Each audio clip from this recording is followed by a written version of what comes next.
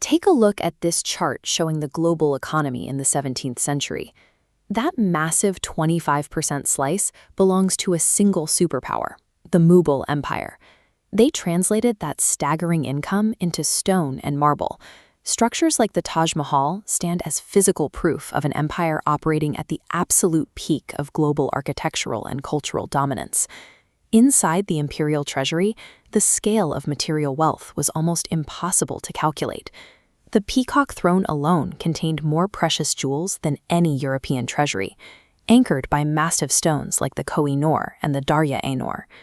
Cut to 1857, and the last Mughal emperor, Bahadur Shah Zafar, is begging for his life. He was exiled to a tiny, squalid room in Burma, but only after British forces served him the severed heads of his own sons on a breakfast tray. The empire's physical footprint was systematically erased.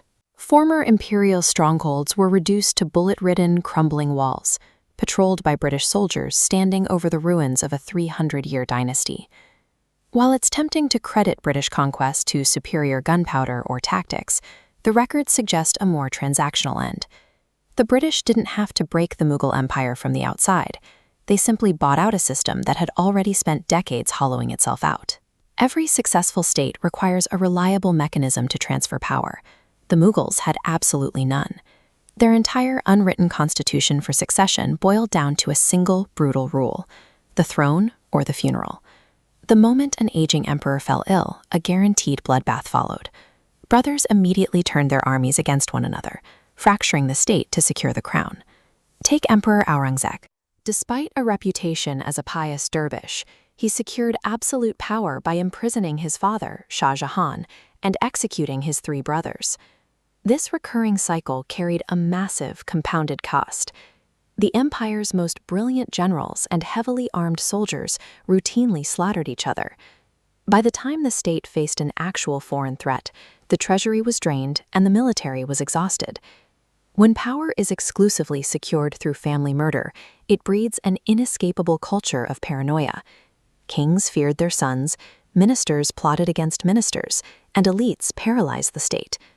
The Mughals originally swept down from the mountains and plains of Central Asia. Their tactical brilliance was entirely landbound. They understood cavalry and terrain, but their strategic vision stopped abruptly at the water's edge. This map of early global trade illustrates the problem. While the Mughals dominated the continent with gunpowder and war elephants, European powers were building massive naval armadas and arriving directly on the Indian coastline.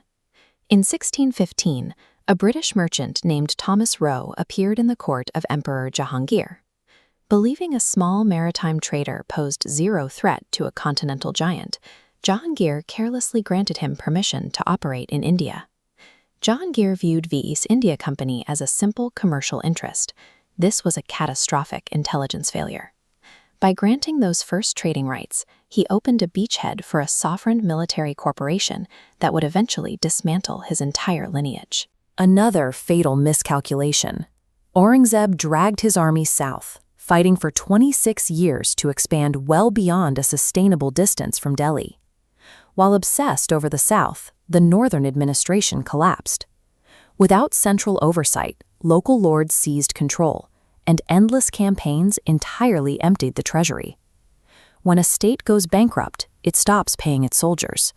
Loyal troops rapidly morphed into mercenaries. A ruthless new culture emerged across the subcontinent. Whoever had the money owned the army. This is exactly where the East India Company stepped in. While Mughal generals looted their own provinces to cover debts, the British operated like a highly organized corporation.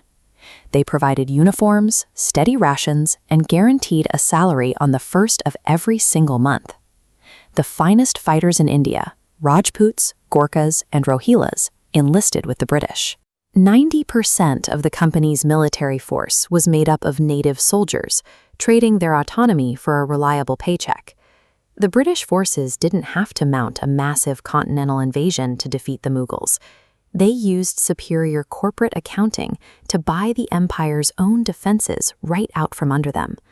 Seeing the central government bankrupt and paralyzed, the empire's most capable ministers started cutting ties. They abandoned Delhi entirely and established their own wealthy, independent states in regions like Hyderabad and Bengal. This fractured landscape was an open invitation. In 1739, the Iranian king Nader Shah marched into Delhi. He massacred 30,000 people in a single day and swept the entire Mughal treasury clean, carting away centuries of hoarded wealth. The East India Company watched these independent Indian states turn on each other and position themselves perfectly. They acted as arms dealers, selling weapons to rival factions, letting them destroy each other, and then swallowing the survivors.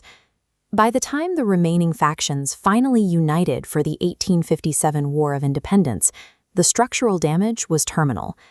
They had the numbers and the outrage, but passion alone cannot defeat a highly disciplined, well-funded corporate military. The Mughals left an undeniable mark on the subcontinent.